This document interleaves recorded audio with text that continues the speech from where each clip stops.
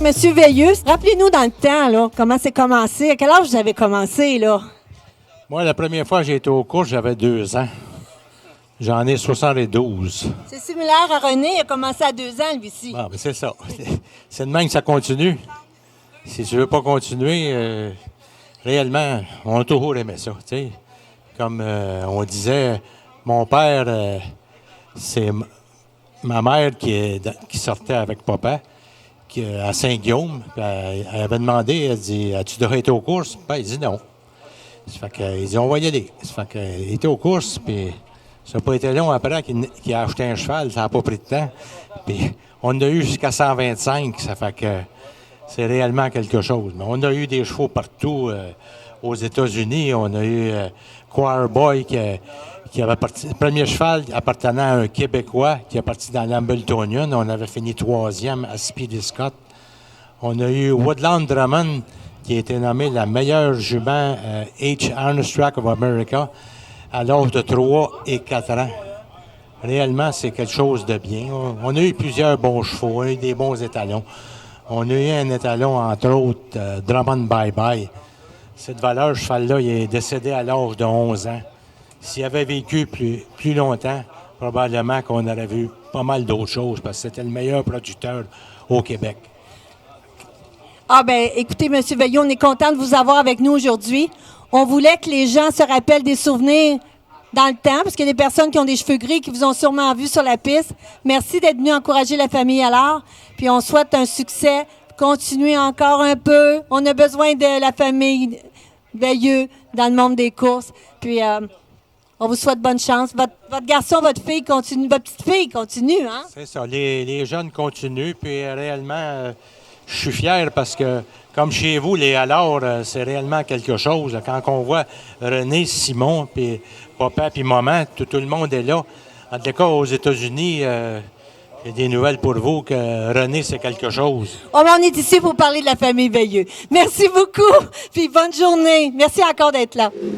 Moi, j'ai dit, venez faire un tour, puis on va parler de votre parcours. Je sais que Mario va conduire tantôt. Mario, c'est une belle relève. Puis on a parlé de votre frère, Robert, qui n'est pas ici malheureusement, qui nous a appelés, puis il ne pouvait pas être avec nous.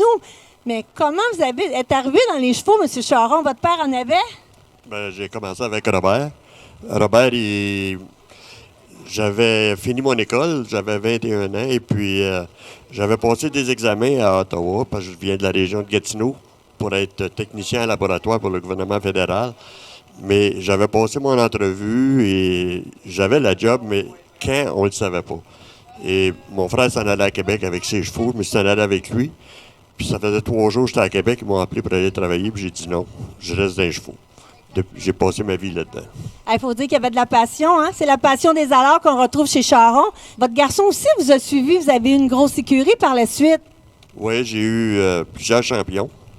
Boomer Drummond, Ruby Ben, Magic Drummond, en tout cas. J'en ai eu plusieurs de bons. J'ai gagné pas mal d'argent avec ça. Malheureusement, on a juste Trois-Rivières aujourd'hui. On aimerait bien que ça reprenne ailleurs. Les gens peuvent courser à Rideau, Carleton, et il y en a beaucoup aux États-Unis. Le gouvernement n'a pas compris c'était quoi les courses, hein? Non, pas du tout. Moi, j'ai été président de l'ATAC pendant 15 ans, et les démarches qu'on a eues avec le gouvernement, puis n'importe quel gouvernement, Mme Marois, M. Charest, c'était toute la même chose. Pour eux autres, c'était pas bon pour le Québec. Quand on dit qu'il y a du foin, tout le monde qui travaille, un palefrenier, les étudiants après l'école qui font des paddocks. Parlez-nous de qui on fait vivre dans le monde à chevaux. On en fait vivre beaucoup. Parce que quand j'ai commencé à l'ATAC, il y avait 4500 membres qui payaient leur carte de membre et qui œuvraient dans l'industrie des courses. Et en dernier, il en restait peut-être 2000, 2500, mais il y a beaucoup de familles qui ont vécu assez bien avec les courses et le gouvernement n'a pas compris ça. Malheureusement, on essaie de le faire comprendre. Alors, merci, M. Descharon, d'être avec nous. On va voir M. Mario Charon, votre élève, hein?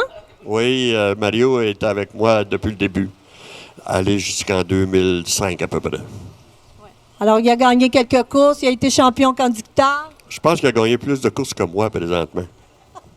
Ah, et dire c'est quoi la relève. Merci beaucoup, M. Charon, puis on va vous inviter à la photo pour le prochain gagnant. Merci beaucoup.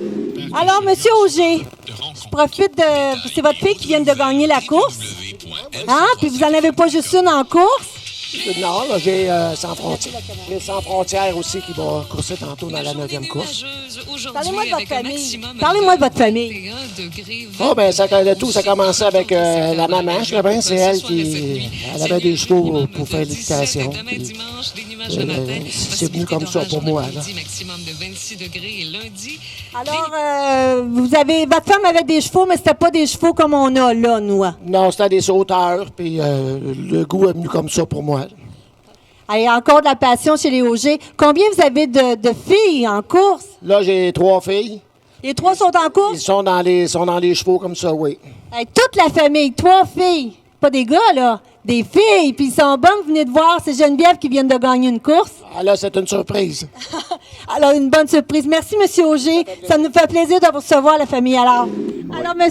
Bernard Brodeur, on m'a dit que votre père avait été à l'hippodrome une fois parce qu'au début de il était comme réparateur de bicycles. Oui, c'est Contez-nous ça. Oui, c'est ça. Ils vendaient des bicycles à pédales. Et puis, les gens à l'hippodrome avaient besoin de quelqu'un pour réparer les roues et tout ça. Et on lui a demandé de faire le service là-bas à l'hippodrome dans le temps. C'est de même que ça a commencé. Alors, après ça, il s'est mis à faire des selkies parce qu'il n'y avait pas juste des roues de bicycle. Puis, vous avez pris la relève de votre père. C'est ça. Il est déjà décédé en 72. Et puis, j'ai pris la relève à ce moment-là. Il était pas vieux, votre père? Non, 55 ans. My God. Alors, à 55 ans, il a pris la relève du commerce, puis après ça, il a acheté, pas seulement Brodeur Selke, mais on a vu Pépé Ernest Knight. C'est ça, la boutique d'Ernest Pépin. OK. On trouve ça difficile, hein? Les Québec, on a de moins en moins. Vous êtes obligé de vendre aux États-Unis, hein? Oui, c'est sûr. 80% de nos produits sont exportés. Merci d'être là, M. Brodeur. Également, vous avez une sœur qui est dans les chevaux, hein? Oui, qui entraîne les chevaux avec son mari, Tony Valente. Alors, on a de la relève. C'est bon. À vous des jeunes qui veulent de la relève, votre famille? Oui, j'ai un garçon et une fille qui travaillent chez nous dans le moment. Alors, c'était nos artisans fabricants, mais également dans le monde des courses, parce que vous êtes propriétaire de chevaux également. C'est ça, on a toujours eu des chevaux. Dans le temps, on avait des poneys, puis après, ça a été des chevaux de course. Un autre gars de poney. Il y en a plusieurs qui ont passé par les poneys avant d'arriver dans les stands de bread. Alors, merci beaucoup. C'est un plaisir pour moi de vous recevoir, la famille Allard. Vous restez à souper? Oui. Merci beaucoup. Merci. Alors, j'ai avec moi Sylvain Lacaille. Sylvain, ton père, il a eu des chevaux. Puis il y en a un qui vient de gagner, puis c'est un Canaco. Tu l'as vu? Oui. Parle-nous de ta famille. Moi, je me souviens, tu étais petit comme ça, puis on avait des poneys de course ensemble. Oui. Puis ton père, il avait un transport, puis il faisait avec une vanne, il venait nous transporter avec Michel Lacoste. Oui. Puis je me souviens qu'on avait une anecdote. On avait accroché un arbre. J'étais en famille de René, grosse de même. Puis j'étais sur la vanne pour essayer de la shiner. T'étais trop petit, toi, tu t'en souviens peut-être pas. Mais moi, je m'en souviens. On a eu tellement de plaisir, tu sais, quand on était à Goshen, New York, Rochester, New Hampshire, on allait chez M. Langlois, on a été à Trois-Rivières, on était un peu partout courser ces poneys-là. Ça nous a donné une bonne école, comme tes fils. Et puis, j'étais très fier d'être là-dedans. Ça m'a donné une bonne base pour partir. Ma famille, mais c'est une histoire que mon père m'a tout le temps dit, que son grand-père, il avait promis d'acheter un poney, puis il l'a jamais fait. Puis il dit, moi, un jour, on va en avoir des chevaux. Fait que, il a parti la ferme avec 2 juments poulinières puis 4 poulains américains, la mère de Canaco Yankee, puis un autre jument. Puis on a parti tranquillement à Saint-Jean-Baptiste de Rouville. Puis après ça, déménagé à l'école, puis il est venu de plus en plus gros et plus en plus professionnel. Fait qu'on a beaucoup de Canaco. Quand vous voyez Canaco, ça vient tout issu de la famille Lacaille. Tu as de la relève? Toi, tu es la relève, mais il y a de la relève? Moi, je suis la première relève. Après ça, j'ai la deuxième relève, qui est ma fille, qui a 15 ans, qui est en amour avec ça. Fait que, elle regarde les bridages européens, les bridages nord-américains. Elle sait tout ce qui se passe, tout ce que les chevaux font, quelle sorte de chevaux, quel bridage. Puis elle veut s'en aller là-dedans. Fait que donc, espérons que le Québec va avancer, qu'elle peut rester ici puis continuer la tâche comme je le fais. Hey, moi, je me souviens, mon garçon René, il regardait les livres comme ça, le père, la mère, puis regarde, aujourd'hui, il est rendu aux États-Unis, puis il fait son bout de chemin. Fait que j'imagine que ta fille, elle va peut-être être une entraîneuse très prospère qu'on va revoir sur les circuits de course. Alors, merci, Sylvain. Ça nous a fait plaisir de vous recevoir, la famille alors. Fait que reste avec nous. C'est sûr. Merci beaucoup. Ouais, c'est sûr, j'ai donné un petit peu de trouble à mes parents un peu. Quand j'ai tombé au secondaire, c'était les chevaux ma vie, puis l'école, ça m'intéressait plus bien. Fait que ça a été un petit peu compliqué pour mes parents, puis j'ai remercié quand même qu'ils ont été là pour moi. Puis à cette heure, ben, on fait ce qu'on a toujours aimé, les chevaux. Je me rappelle, je revenais de l'école, puis je lançais mon sac à dos sur le gazon, puis je courais m'en aller à l'écurie. Fait que la passion, ça n'a pas lâché, on l'a tout le temps eu, puis on est bien fiers à cette heure d'essayer de représenter le Québec, puis on s'amuse bien, puis on est bien content que vous êtes tous venus nous voir aujourd'hui, puis on va avoir du fun après, souper à 5 heures, puis le party, fait que plus qu'on est, plus qu'on a de fun. Merci. Alors, merci beaucoup. Alors, il y en a beaucoup dans ce que vous avez vu dans le programme qui ont eu des poneys, qui ont commencé avec ça, puis qu'aujourd'hui, ben, ils sont dans les stands de bread. Alors, c'est une passion, les chevaux. J'ai des amis qui sont sur le bord de la piste là-bas, là. C'est Simon Roy et sa famille. Ils ont des poneys, puis il était avec nous, puis il a travaillé pour nous à l'âge de 15 ans, puis aujourd'hui, il a encore des chevaux. Fait que ça veut dire que quand on travaille avec les chevaux, on a l'amour.